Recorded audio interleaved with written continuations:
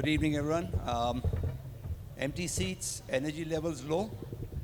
Well, we've got the panel of owners over here, and these gentlemen here are people who are going to invest in the industry with money on the table. Not just brand value, not just the softer aspect of the business, but hard cash. And I think Sudeep mentioned in one of the earlier panels that they just follow the money. Ladies and gentlemen, the money is here. Now, if you want to follow some of them, please do. And we're going to have a conversation about how they look at the businesses going forward. And I've got some notes. I'm going to have a cheat sheet when we get into that. But before we get into specific questions, we're going to warm up the audience with a little bit of a rapid fire. And the rapid fire is all about investing in hospitality. So if all of you can answer these questions very quickly, one-word answers. If you have a variation, 2 words allowed, but not more than that.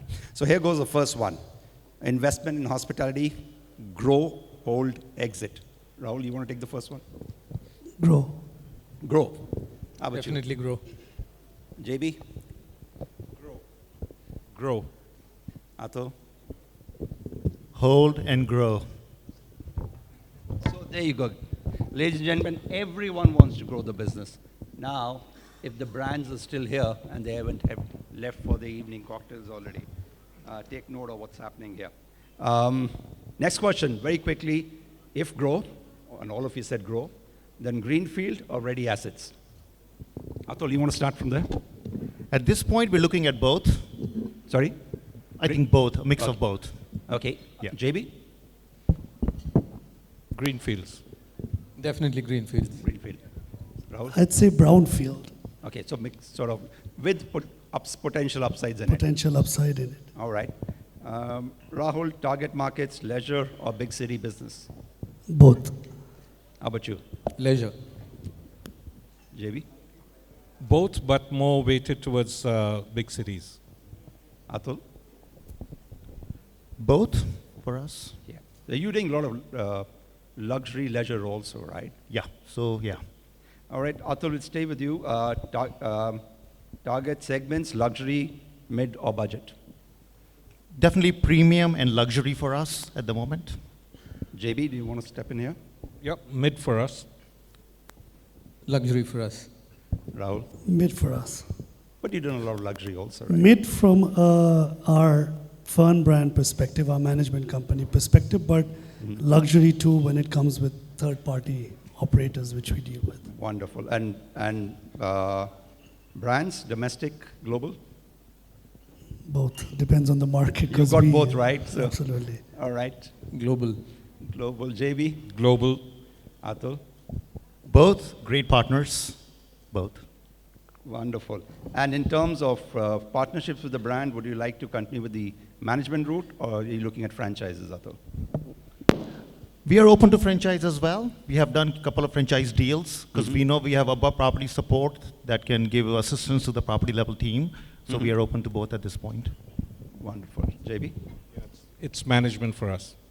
Ratan? Same management for us, yeah. And Rahul? Same management for us. Okay, so we've got one who's looking at franchise, everyone else is looking at management. And we spoke a little earlier about management, right? Dimitri, you were having that conversation in terms of the opportunities on the franchise side. And clearly, as you can see, the majority of the table here is actually talking about management. You've got to convince them to have some more confidence in themselves to run the hotels. We're doing a lot of franchises, by the way, at Chalet. Asset financing, debt, hybrid, pure equity, Rahul. Hybrid always. Ratan? Has to be hybrid, actually. Hybrid. Yeah. Hybrid for us. Hybrid? So we all need the banks to support us in our growth journey, and I think that stays true for Chalet also. And then this is the final lot, and then we can move into individual questions. In terms of designers, global, Indian. Atul, you want to go with that? Depends on what we're creating. If it's an authentic Indian themed hotel, then Indian designers make a lot of sense. If it's a global vision, then we go with an international designer. Wonderful. JB? Yeah, international designers for us. Global designers, yeah. Rahul? Actually, from our perspective, because we deal in so many different markets, we like to work now with local designers in all the different markets. Wonderful. So look, ladies and gentlemen, a big round of applause for the rapid fire for the owners community here, the gentleman with the money. Rahul, I'm going to come to you with a specific question now. And you know, you've got a very large presence globally and in India too, and across industries and businesses. And you have significant investment in the country. And in terms of strategy now going forward, what's the intent? How do you see it panning out? And how will you leverage the current market situation for this? Sure. No, I'll just start a little bit about the history of where we started. You know, we started about 25 years back in the hospitality sector. And our strategy all the way has been to focus on frontier and emerging markets. And we obviously like risk. We like to enter the opportunities at a distress and where we see a huge upside. So we obviously like to work towards turning around those opportunities and getting the benefit of the upside in the future. And that's what my father, our chairman, mentioned in his session about our first entry into Sri Lanka and Maldives. I mean, that was a time when literally the country was at war. And even Sri Lankans and Maldivians were not willing to invest in each other's countries. But we took the bold step to go there, and we still hold those assets. And those assets are now some of the most valuable assets in the IHCL system, and we've grown through the investment route. So our group is going to continue looking at markets to invest in, but investments more so in the luxury space. And that has also evolved actually through COVID, whereby we are now looking at places that we've invested, but where we could reinvest into residences as well, whereby getting back your investments. That's one of our strategies. Our second strategy, you know, actually when you talk about India, back in 2006, our strategy was actually to completely roll out and buy multiple greenfield sites. And members of my panel mentioned that some of them would prefer greenfield. But you know, at that point in time, we started buying assets and buying land. And by the time we did the whole planning and we submitted for the approvals, and by the time we got it, the whole market dynamics changed. So at that point in time, the company took a decision that this may not be the way we want to go, although our mind was fixated towards the mid-market. So back there in 2006 itself, we saw that this is the market that is going to bloom. And then we stepped into a strategy of investing in management companies. And our first entry there was through our investment in Alila. I'm sure you know about Alila. We invested back in 2008. And that truly showed to us the power of a brand. I mean, that was a brand when we entered was 4 hotels and just 2 signed. And when we sold to Hyatt International back in 2018, I mean, the numbers were just mind-boggling. And we just added just 10, 15 hotels. And then we had the good fortune we had the opportunity to invest into Sohail and Param's company. And at that point in time, I think it's 7 years, right, Sohail? I think we were at 20 hotels or so. And now we are literally adding 25 hotels a year in India, and this strategy is working. And we are learning about the market. We are focusing on the mid-market itself, which has worked well for us. I mean, so the team has done, Sohail and the team have done a wonderful job. I believe we've not even lost 2 to 3 contracts in the lifespan of our company. And that is our focus. And apart from that, as I mentioned, that we continue to look at emerging markets as well as strategic markets. Like some of the investments we made was in New York 2006. Now one would argue, and that's at the airport, one would argue, why would we make such an investment? But that was all strategic to us to have that bandwidth to be all the way from New York and China. And it worked well for us. Similarly, now we are in Dubai, we are in Kenya, and markets like these.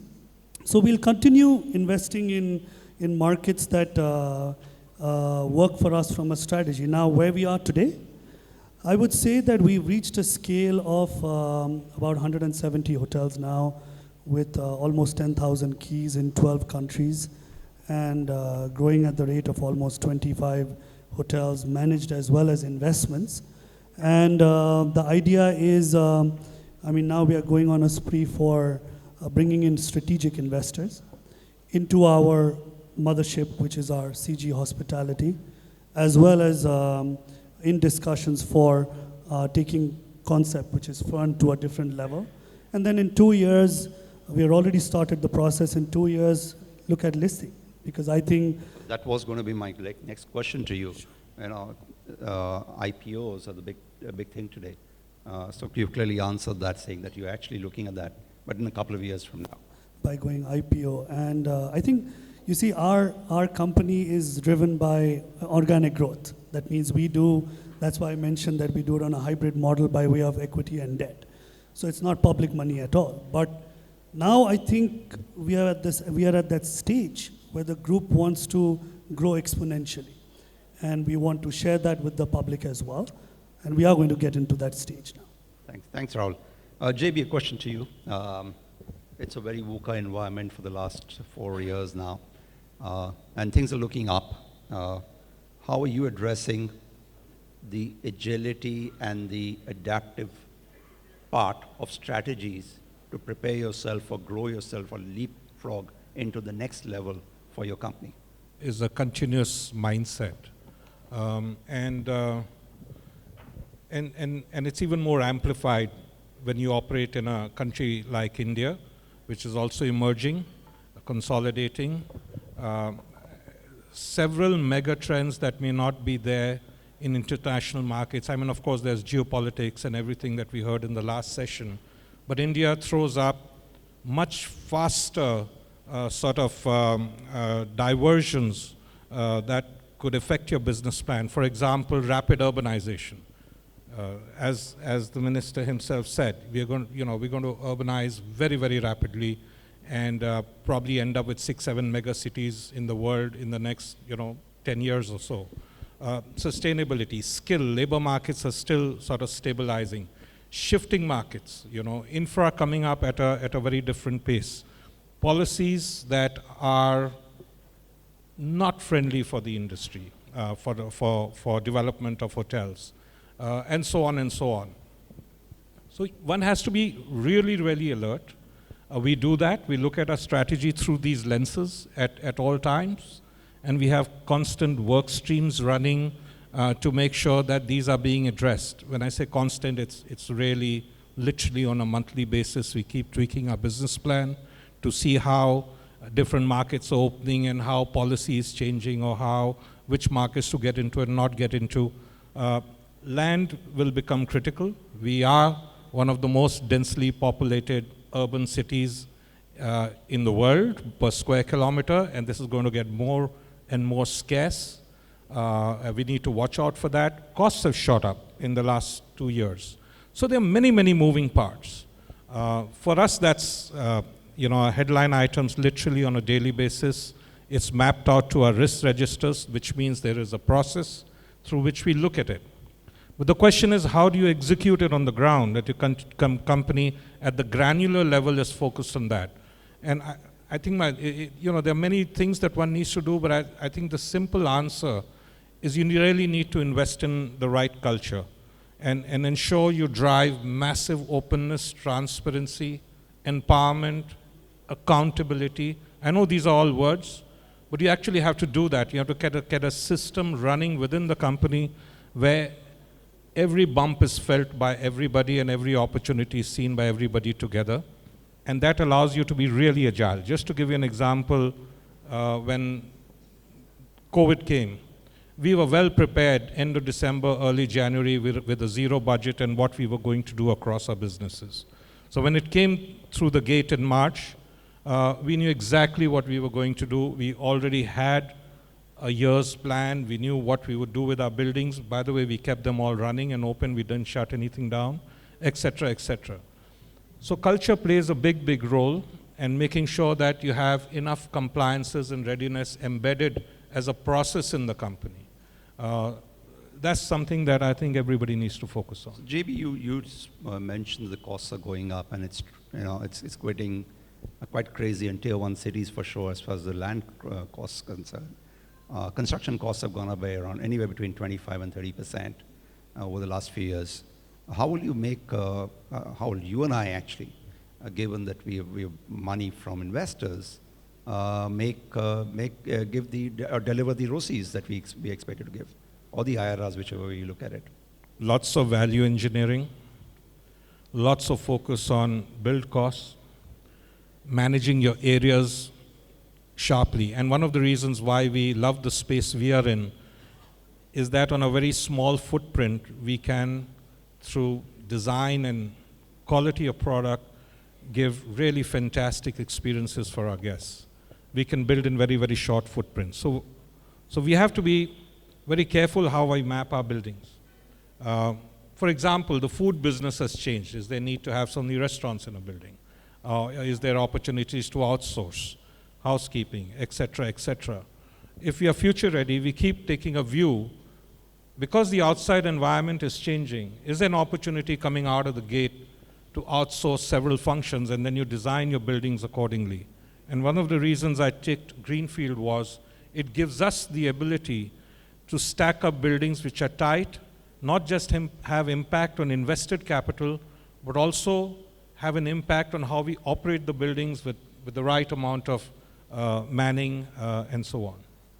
Sure. So just very quickly as a data point for the audience here, in your hotels, what would be your typical gross built-up area per room? Because that impacts the denominator, right, in your ROCE. The best that we have achieved is 38. I think it's about 37 point something, rounded off to 38 square meters. Gross built-up area above ground, not counting the Yeah. basement and the parkings. All right, Atul, very quick question to you now. You've got varied brands in your current hotels and the pipeline that you are working with, and some of them are really luxury brands, etc. How do you see partnering with them at a global nature driving your company's business to profitability? Or do you see there are opportunities for you to maybe either forward or backward integrate and look at some of those opportunities? Thanks, Sanjay. I think we are blessed to have worked with multiple hotel brands in our portfolio. We have hotels with Marriott, Hilton, Radisson, Accor, among others. I feel, Sanjay, today the world is more brand aware than ever, right? From the clothes we wear, the cars we drive, consumers are looking for branding. And I think these brands bring instant global recognition, right? And strong reputation with them. So as long as we customize those offerings to Indian customers, I think it's a win-win situation. We immediately benefit from their loyalty program, from their huge customer base, their global sales office. We can cater to their international audience. Technology is a big piece here. As a single hotelier, those benefits are maybe beyond the reach of a hotel. Your mobile key, your in-room dining piece, your Netflix on your TV piece, all these are, I think, branding that's very important to today's customers, right? And India, hospitality is a world of its own. It's a culture of, warm welcomes, rich traditions, deeper expectations. As I see in my hotels, for example, our breakfast, simple example here. You get from your dosa to your dokla to your chola bhatura, right? And globally, the standards would be just eggs and bacons and hash browns. So I think it's really great, and I really admire the global brands operating in India who have customized their offerings among all their brand portfolio to allow for banquet space if needed, specialty restaurant if needed, all day dining if it's not needed, right? So I think as we all know, right, asset value is highly influenced by the brand associated with that asset, right? An international brand, I think, will give a perceived value to that property in the eyes of the investors. So I think the asset value creation is huge when you tie it with the global brand, from my perspective. So that's how when we create a property, we are very market specific. We are looking for return on equity. I'm not return on ego, so we're not ROE builders. We are ROE equity return builders. So in a market where I'm doing a limited serve, I'm gonna build a limited serve, right? I'm not gonna fight for a full serve product because the market needs a limited serve. And as you know, we are quite excited. We have about 1,500 rooms that we own and operate. We have 1,000 in the pipeline. We are excited to open in Udaipur, Bangalore, Delhi, the first Waldorf of India in Jaipur. So we have a very good pipeline between premium and luxury segments. And I think we are looking to strengthening those brand relationships moving forward, as I'm completely bullish on brand India and build more hotels in India. Out of curiosity, when's the Waldorf opening? So I think I heard on the stage, and clearly to Ratan's credit, Kukas area was, developed with the Fairmont. This is gonna be on Delhi Road, about few kilometers away from the Leela. So it's on Delhi Road, yes. Ratan, coming to you. You've, of course, got, again, very interesting hotels in similar markets where Atul and his family started off from. What are your growth plans, and how do you see the brand engagement happening with your hotels? And in terms of creating experiences, what is it that you as an owner think is your responsibility on the experience part, as against the brand specs that the brands tend to give you in a catalog? Hi, Sanjay. You see, in terms of growth plans, yes, we've already developed a lot around one destination, which is Kukas. When we started there, people thought we were crazy. Actually, when we built the first Meridian there, people would really come up to me and tell me that, what's wrong with you? Why have you done that? But we still had that vision. What we wanted to basically do was target an area which we knew had some amount of infrastructure and future infrastructure coming up, so that, like we were discussing earlier, land cost in tier 1 cities is very high. Construction cost is more or less the same whether you build in Delhi, Bombay or Jaipur. It's not going to make a huge difference. So for a hotel to be really successful from an investor point of view, you need to find land which will eventually become a prominent location and give you the right amount of returns. So that was the reason why we started developing around Kukas. And we always built over specs compared to what brands wanted. Like when we built Meridian, we were told that they were okay with about 35, 38 square meter rooms, but we still went ahead and built about 45, 48 square meter rooms. Mm-hmm. And that's what has paid off today, because now people have realized, all brands have also increased their standards basically. So it was a good strategy for us to do that, and then we went on adding more and more hotels in the same location, but in segments where we knew didn't have any competition basically. Sure. But you created a wedding destination. We did know it would become a wedding destination, but actually, yeah, it happened. Well, we actually followed Udaipur. We realized that Udaipur gets the $1 million wedding in the country, and we said, why not Jaipur?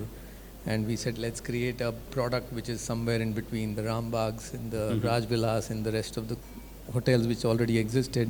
And it was a big hit, fortunately for us. Yes, we struggled initially, but that's how any business works. There's clearly a magic touch in that. In fact, I've engaged with, I think, Rajiv, your general manager there. Is he around? Yeah. Brilliant guy, and clearly very passionate about what he does. And what you've created as an asset seems to have rubbed off on the management team over there to create magic for destination weddings over there. Now, Rahul, just quickly, since we do have some time before we get into audience questions, I know Fern was an acquisition, therefore you have a brand. Would you sort of think of launching another brand within your company going forward? Our focus at the moment is to grow Fern itself. We do have 2 other brands within the company, which is Zinc, which was actually created by us a long time back, but now Sohail is growing that brand. We also have another brand called Beacon, which is in a budget space. And while our focus is going to continue being on Fern and Fern Residency, we will also start looking at these, but the strategy is more in terms of growing the Fern brand outside of India. And we are now looking at the starting off with the 10 top markets where Indians travel. So we are now going to step into the expansion outside of India. I mean, we were in other markets as well prior to COVID, but we took a conscious decision that we wanted to focus here with our one brand itself, and I think that worked for us. And at the moment, no, not another brand, and just focus on Fern growth. Fern's a great way to go, actually. Param and Sohail have created something really brilliant. You guys are supporting it now for the growth, which is a great journey. Thanks, Rahul. So that's some of the pain points that need addressing. And if the brand operators are here, you might want to take note of that. And the list is comprehensive, and I'm sure you hear about it often enough. And right on the dot, we'd like to call the session to an end. A big round of applause to the panel over here, please.